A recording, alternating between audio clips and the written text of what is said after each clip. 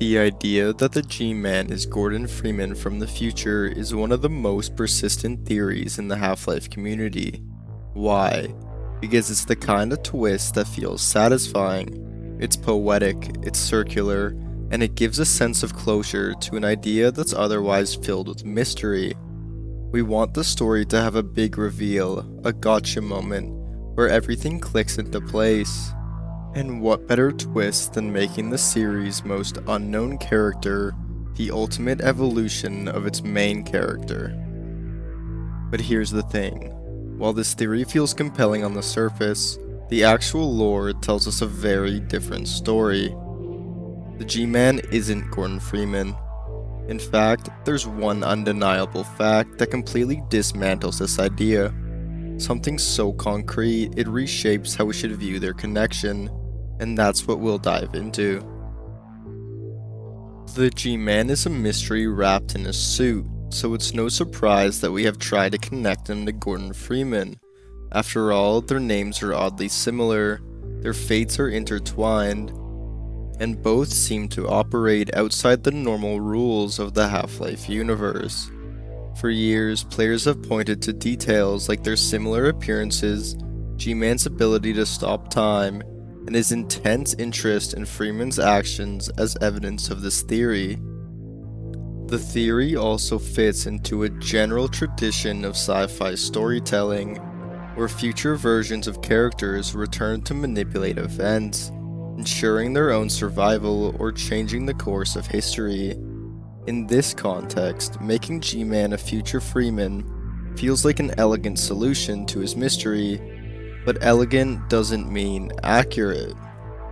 By the end of this video, you'll not only see the flaws in the G-Man equals Freeman theory, but you'll also have a deeper appreciation for the G-Man. The theory at its core is simple yet provocative. The G-Man is actually Gordon Freeman from a distant future. This future version of Freeman, having gained mysterious powers and knowledge, is supposedly traveling back in time to manipulate events, ensuring his own survival and the success of humanity. The idea hinges on several observations. Both characters share the same initials, Gordon operates under G-Man's guidance, and the G-Man appears to be an involved, more capable version of someone deeply familiar with Freeman's journey.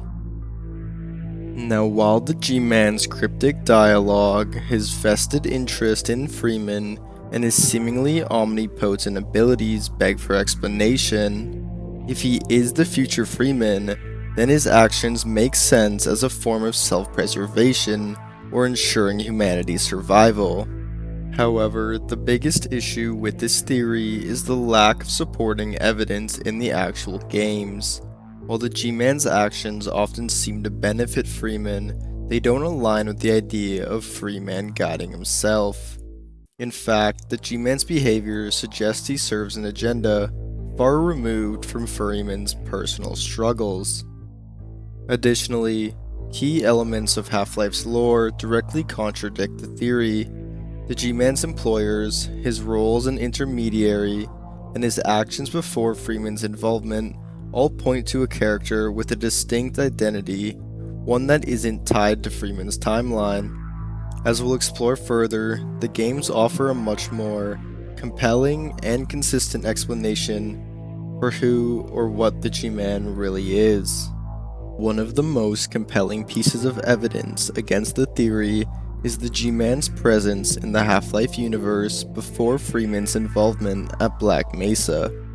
In Half-Life Opposing Force and Blue Shift, the G-Man is observed actively participating in events surrounding Black Mesa well before Gordon Freeman steps into the narrative. This early involvement indicates that the G-Man operates independently of Freeman's timeline, undermining the possibility of him being a future Freeman. In Opposing Force, the G-Man interacts with Adrian Shepard, another protagonist, showcasing his role extends beyond just Freeman's story. He's seen orchestrating events, locking doors, and providing guidance to various Black Mesa personnel prior to Freeman's critical experiments. These actions demonstrate that the G-Man's influence is broader and more complex than merely overseeing Freeman's journey, suggesting he serves a purpose that predates and exists independently of his actions. As well as, one of the greatest strengths of the G-Man's character is his mystery, and by reducing him to a future version of Freeman, the story risks losing too much of its depth and intrigue, instead viewing the G-Man as a unique figure operating in a service of a larger, unseen force, preserves its complexity while leaving room for further exploration. It avoids the pitfall of overly simplistic storytelling that many other games or movies have. I mean, what would you think if that's what we got, that G-Man was just a future Gordon Freeman? I would be kinda disappointed as well.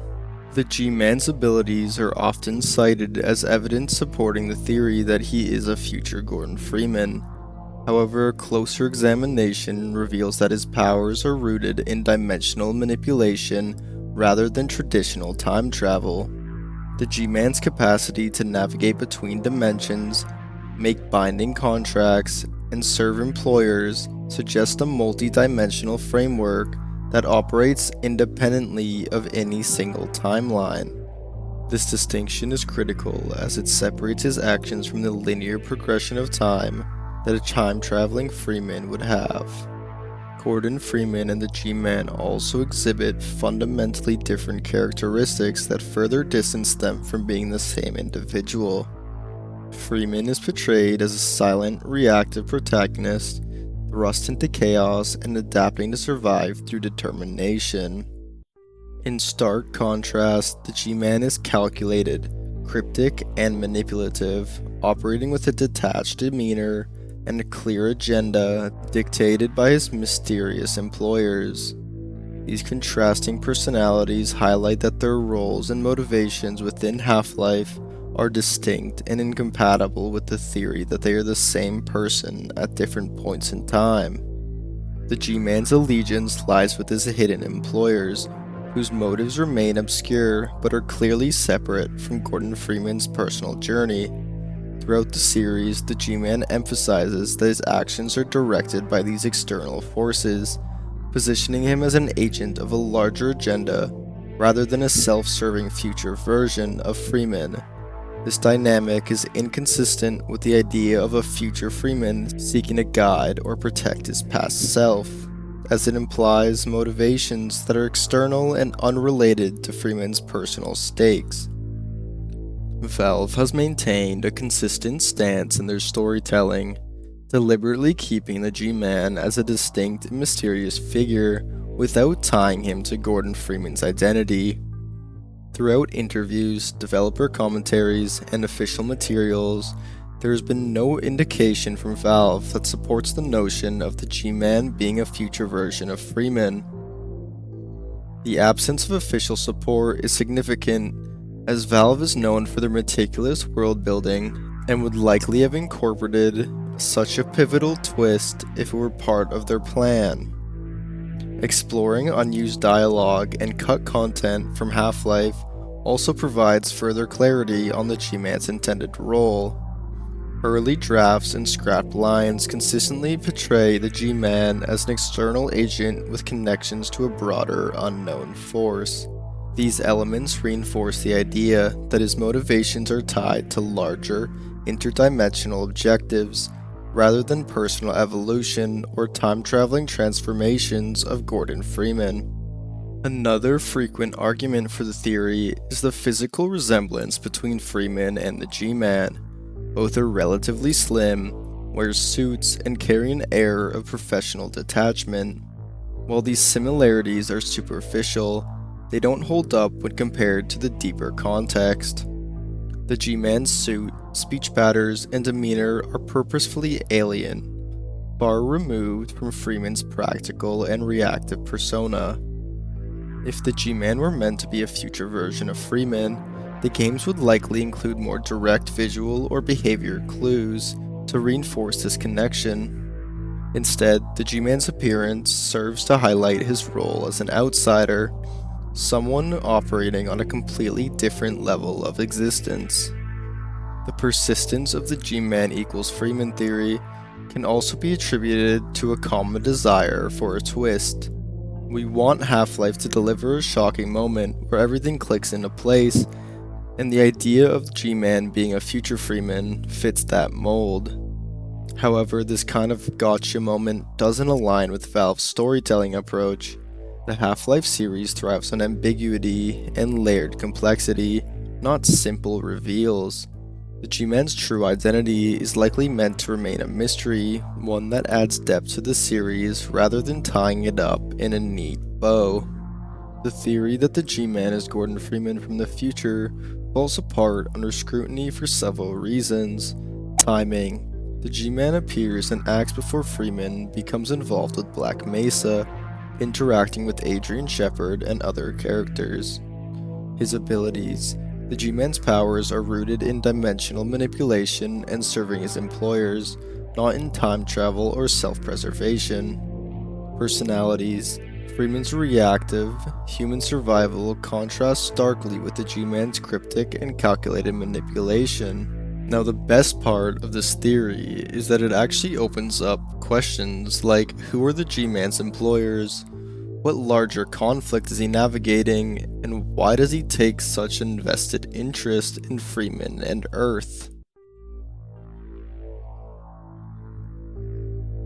Thank you for watching this video. If you enjoyed, please leave a comment, like, and hit that subscribe button. And stay tuned for the next one. Mr. Stawiki out.